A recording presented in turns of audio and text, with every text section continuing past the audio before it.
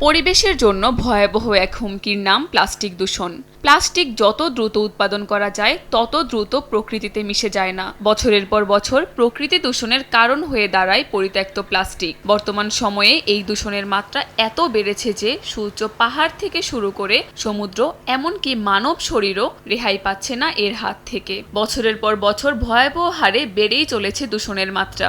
সাম্প্রতিক এক গবেষণায় দেখা গেছে প্রতি বছর বিশ্বে 5,70,00,000 টন প্লাস্টিক বর্জ্য উৎপাদিত হয়, যার বেশিরভাগ আসে স্বল্পোন্নত দেশগুলো থেকে, পরিমাণে যা 2/3-এরও বেশি। গবেষণায় দেখা গেছে গ্লোবাল সাউথের দেশগুলো থেকে এত বেশি পরিমাণ প্লাস্টিক আসার একটি বড় কারণ হলো বর্জ্য পরিশোধনে অব্যবস্থাপনা। এক্ষেত্রে ভারত নিজে একাই প্রতি বছর উৎপাদন করে 1,20,00,000 টন প্লাস্টিক বর্জ্য।